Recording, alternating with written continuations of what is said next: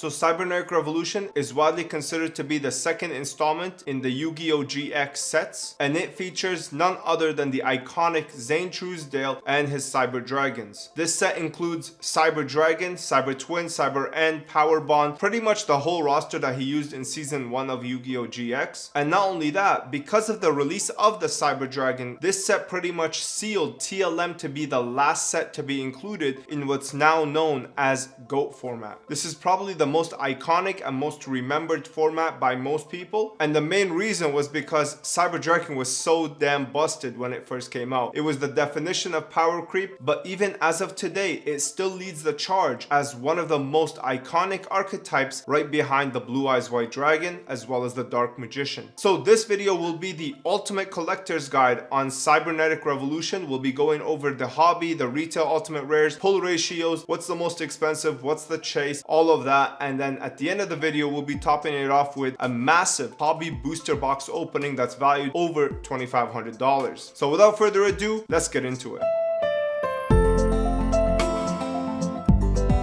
Alright, so this is my Cybernetic Revolution collection. This is pretty much every ultimate rare that came out in the TCG. It's pretty much 25 card list, just like how TLM was in the last video that we did. Now for this set, there was new introductions, and that is through the unlimited card list. So on TLM, there isn't really unlimited, there's only first edition. There is a small release of unlimited packs in the special edition, but those only contained retail ultimates, so you could only get these things, versus CRV, which had unlimited hobby as well as retail, and that was on the European side. In terms of North American, there is no such thing as unlimited Cyber Dragon, for example, in Ultimate Rare. You can only find it in Super Rare, and that's because unlimited was not printed in hobby form on the North American side. Now, just like TLM, like I said earlier, there is European versions of these cards, and on the front, they look a lot better than the North American ones do. However, the back looks a lot worse than North American, and in fact it looks even worse than the European TLMs. I have some examples to show you guys, but I guess let's just start off with the ultimate rares, because the commons, I don't really recall anything that is really relevant in terms of like playability or collectability. I mean, maybe other than Jerry Beans, man, that guy's a total badass, but other than that, I can't really recall anything that's significant. In terms of the ultimate rares, we have ultra ultis appearing as ultimate rares, we have rares appearing as ultimate rares, as well as super rares. On the Japanese side, the rares were not ultified. They don't have like Bubbleman, for example, or Rottweiler in ultimate rare. So let's start with Wing Karibo level 10. This made an appearance on the show, and you'll find actually a lot of these made their appearances on the shows. Wing Karibo level 10, UFOroid, that's, I believe, Cyrus is his name. Cyrus had that card. Rottweiler, I don't really recall. Bubbleman obviously is a Jaden card. We have Cyber Dragon with Zane. Dark Catapulter, don't recall. We have a retrain of Goblin Attack Force, which is Goblin Elite Attack Force, and I love retrains like this where they actually change up the artwork for the actual monsters themselves. Like, it's not like they just made them in another pose and called it Goblin Elite Attack Force. Nope, they gave them armor and stuff. I think that's pretty badass. In terms of price, most of these, other than Cyber Dragon and Wing Karibo, are pretty much peanuts. I mean, Bubbleman can get up there because it's actually decently playable, and obviously it's a hero card, but I mean, like, these guys and even Goblin Elite Attack Force, they're like $5 to $10 at most. You can fill up this whole binder very easily until you get to the big card. Next up, we have BES Crystal Core. This is probably the most pulled card on YouTube when it comes to CRV. I don't know why they just seeded this so much. We have DDM, Different Dimension Master. UFOroid Fighter, this is an Ultra Ulti. Cyber Twin, this is a Super Ulti. Ultra Ulti as well. Ultra Ulti as well. Miracle Fusion, this is probably the most playable card other than Power Bond. I mean, actually, it's probably more playable than Power Bond. Cyber Dragon is the most playable, but then Miracle Fusion is definitely also the most playable alongside it. System Down, meh. Transcendent Wings, meh. Bubble Shuffle, we have again cards here that are quick plays and equips to monsters that are iconic. For example, this is Spark Blaster, which goes along well with Elemental Hero Sparkman. And then we have Skyscraper. This card is absolutely gorgeous in unlimited EU print. Like, this card is done really dirty on the TCG side, unfortunately, or like the North American side, because I mean, yeah, like, it's quite flat on here, but I do wish they did a better job with the ultimate rares. We have Fire Darts here, Magical Explosion,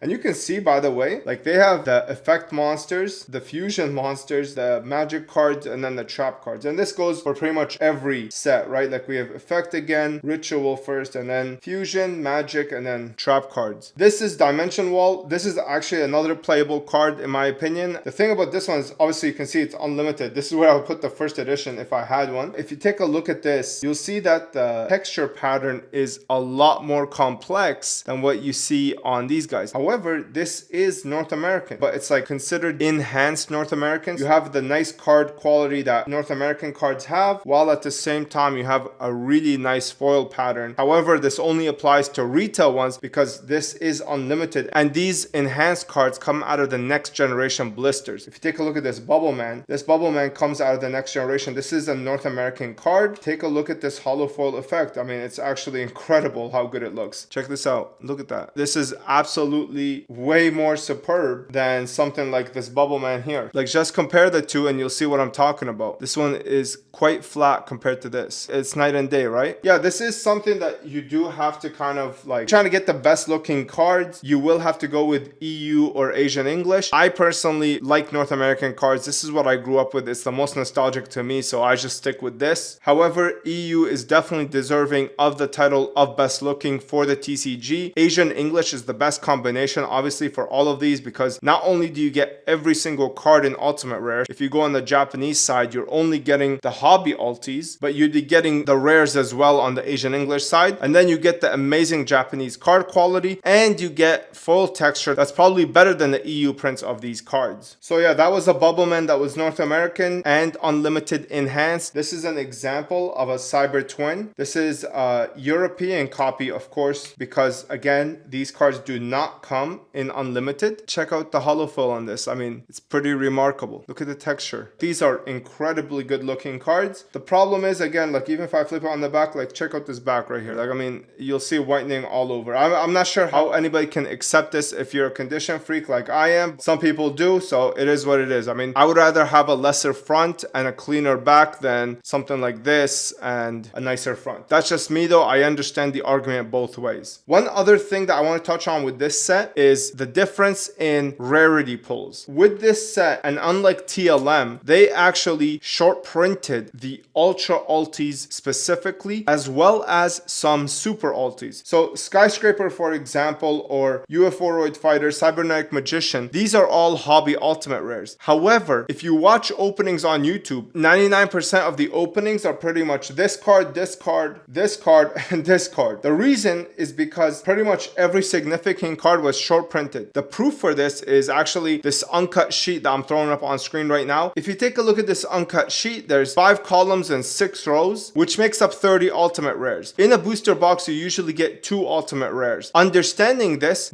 means that the uncut sheet represents 15 booster boxes. Take a look at how many Cyber Ends there are. There's literally 1 there. There's literally 1 Power Bond, 1 UFOroid Fighter, and 1 Wing Kuriboh level 10. There's even less Cyber Dragons than there are UFOroids. So this means that Cyber Dragon was short printed compared to these other ones. This means that it's harder to pull than these. And this makes Cyber End Dragon 1 in 15 boxes to acquire. That is just ridiculous ratios. I don't know what Konami was thinking back then. I mean, that's less than a case, bro. Like, you need to open more than a case to open 1 Cyber End Dragon. That's like crazy numbers, man. I personally think that's not fair at all. We're not even talking today, right? Like, even statistically, if you look at this is harder to pull than a Ghost Rare. A Ghost Rare is 1 in 288 packs. This means that a Ghost Rare is 1 in 12 boxes. This specific card is 1 in 15 boxes. That's 1 out of 360 packs. How underappreciated are these Ultimate Rares? And by the way, this only applies to the North American. It does not apply to the European. The European has pretty much equal distribution amongst all the Ultimate Rares, so all of them can be pulled at the exact same ratios. The North American short printing is not actually Konami, it was Upper Deck at the time, and they were the ones that short printed this damn card. So when you're looking at the aftermarket and you're seeing a staggering difference between something like this and the other Ultimate Rares, obviously anime relevance is important, but also the rarity is there. The pull ratios are a lot harder on Ultra Ultimate Rares than they are on Super Ultimate Rares. That encompasses all 3 of these guys right here, and then Wing Kuriboh level 10. So these 4 cards are the hardest cards to pull in the set, and it's not even really close. So I just wanted to bring that attention to light. I think not a lot of people know about this, so it is worth considering. This also does not apply to TLM. In TLM, there was no short printing. Everything can be pulled the same. The chances of you pulling this are the same as this, which is an ultra ulti, and this is a super ulti. So just keep that in mind. It is not the same for TLM. It is the same for CRV, for EEN, and probably all the way up to Force of the Breaker. So yeah, that's my CRV complete set overview and collector's guide. This is by far one of the most expensive sets to collect because of this guy and Cyber Dragon. I don't think there's another set that exists that has a more expensive super ultimate rare like how CRV has. This card is like $600-700 by itself. We have like 100-200 bucks here, $200-300 here. The rest of these are pennies. Cyber and Dragon, we're talking like 800-900 bucks. UFO Fighter, 200 bucks, 200 bucks, 200 bucks. This is $100+ because it's an ultimate rare and it's super playable. And then the rest of these are pennies. I think like maybe this is like 40-50 bucks. Everything else is super cheap. Skyscraper is an anime relevant card, so I would say this one goes for like 50-60 bucks, but pretty much everything else here is like really cheap. But yeah, just because of this and Cyber Dragon, you're talking like a pretty big price tag for this set. But Cybernetic Revolution was printed enough that I think the supply pretty much fulfills demand to a really good equilibrium. So yeah, that's the CRV set. Enough yapping from me. Without further ado, let's get into the complete hobby booster box opening of this set. Alright, so this is the Cybernetic Revolution first edition box that we're going to be breaking open. The first thing that I want to note to you guys, this is a hobby box, and the way that you know this is from the code here. It says 103183. The retail box is going to read 103189. So there's always a difference of 6 numbers in between the hobby and the retail booster boxes. This is a 24 pack box, as there is only 24 pack boxes. There is no difference in terms of pack count. This is, by the way, a booster box protector that you guys can pick up at strictlysealed.com. And before we start ripping this bad boy open, I have to pull out the specialized arcane sleeves. They're made specifically for blue sets in Yu-Gi-Oh! And these are gonna go perfect. You guys saw these in my binder earlier. Let's tear this bad boy open and hope that we pull some of the hit cards that I was talking about earlier. Man, this is a huge box right here. This is around like $2,500. I hope you guys are enjoying it. Make sure you hit the like button, subscribe, and all that good stuff so that I can bring you guys more content like this. All right, the box has been opened.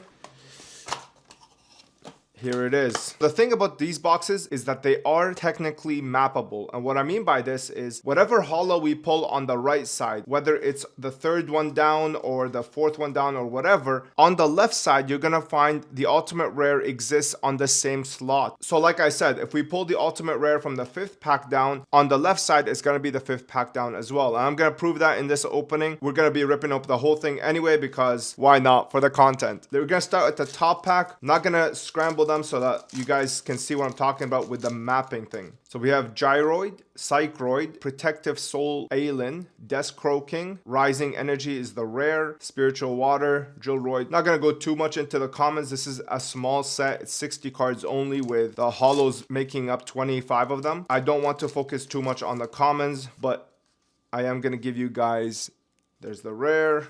This is one of my wife's favorite cards, Jerry Bean Mans. In terms of playability in this set, there wasn't actually a lot. Like in terms of like actual meta cards, you had Cyber Dragon obviously taking the lead as the most playable card, and it's actually the thing that pretty much solidified GOAT for what it is, because GOAT stopped at TLM. With that, basically Cybernetic Revolution was excluded. Because Cyber Dragon allowed you to special summon without anything, right? Pretty much broke the game for the most part. It was way overpowered for the time, definitely. There is Fusion Recovery that is playable. There is, I believe it's called Dimension. I forgot the name, but that one is a very popular card. Miracle Fusion, this card is extremely busted. Dragon's Mirror is also playable.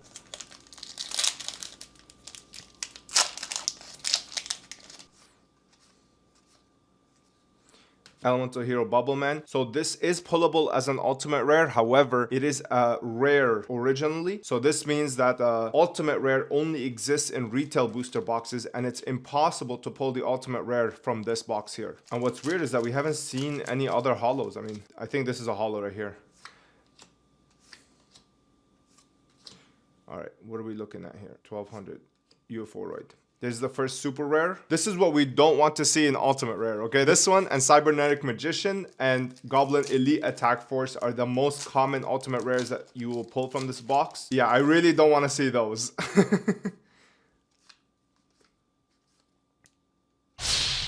Cybernetic Magician. Damn it. Like, this is what I'm doing. I think the other ulti from this is going to be either Cyber Dragon or Cyber Twin, if I'm correct. I might be wrong, but this is the thing I want to show you guys. So 1, 2, 3, 4. There's 4 packs. So we're going to quote 1, 2, 3, 4. And then this one should be the ultimate rare on this side, I believe. If it's not, it's going to be the one above it because I miscounted.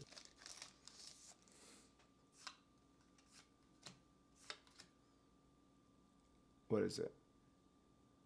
Skyscraper. This is not bad. Actually, this is not a bad card. I actually really love this card. This is the second ultimate rare from this set. Now what we're going to be hoping for is an ultra rare. If we can pull the Cyber End Dragon from here, it'll do really good for us. But these are the 2 ultimate rares from this box.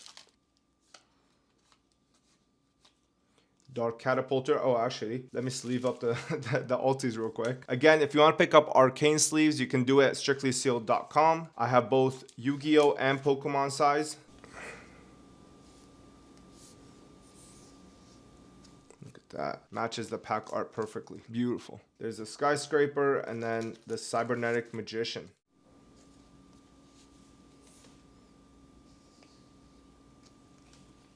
Those are the 2 ultis. Let's try and hope for an ultra rare now. Let me sleeve up the UFO Fighter. It is a holo after all.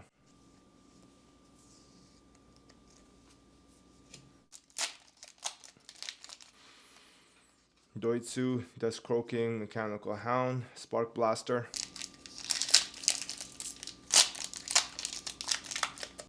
Gyroid, Mechanical Hound. System down.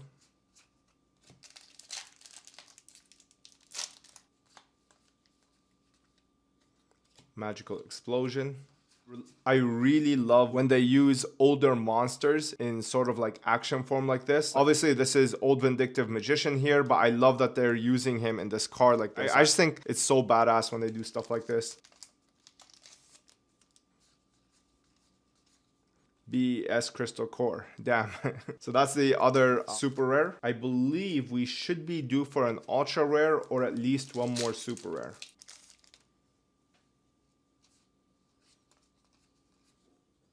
System down.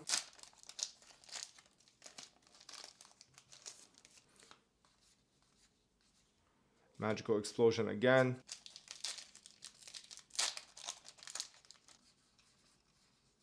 Spark Blaster.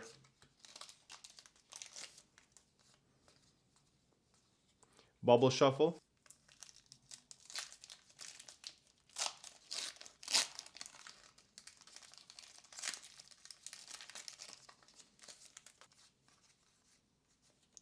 Dark Catapulter. Damn, don't tell me we're not getting an ultra rare, man. I'm pretty sure it should be guaranteed in the box. I'm like 90% sure. Cybernetic Magician is the last super rare.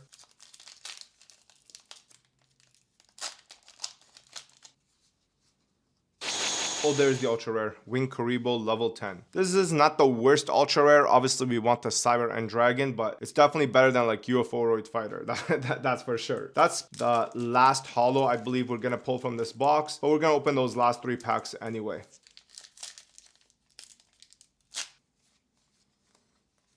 Dimension Wall. This is the one I was talking about. Dimension Wall. This card is super playable at times.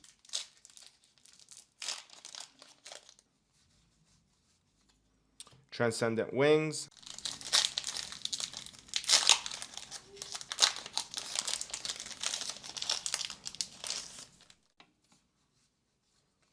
Skyscraper is the last super rare. Wow, so we got 4 supers. It's not bad. The only thing that's bad was like the ultis that we pulled. I definitely wish we got like a Sidra or something, but it is what it is. This is pretty much everything we pulled. We have 4 super rares: Cybernetic Magician, BS Crystal Core, UFO Fighter, and Skyscraper. And then we have the ultra rare, which is Wing Karibo level 10. And then we have Cybernetic Magician as well as Skyscraper for our ultimate rares. That's pretty much it, guys. Let me know your thoughts in the comments down below. Like, comment, subscribe, do all the good stuff. And if you want to support me further, pick up your own arcane sleeves at strictlysealed.com. Thanks for watching. I hope you enjoyed and I hope you learned something. I'll see you in the next one. Peace.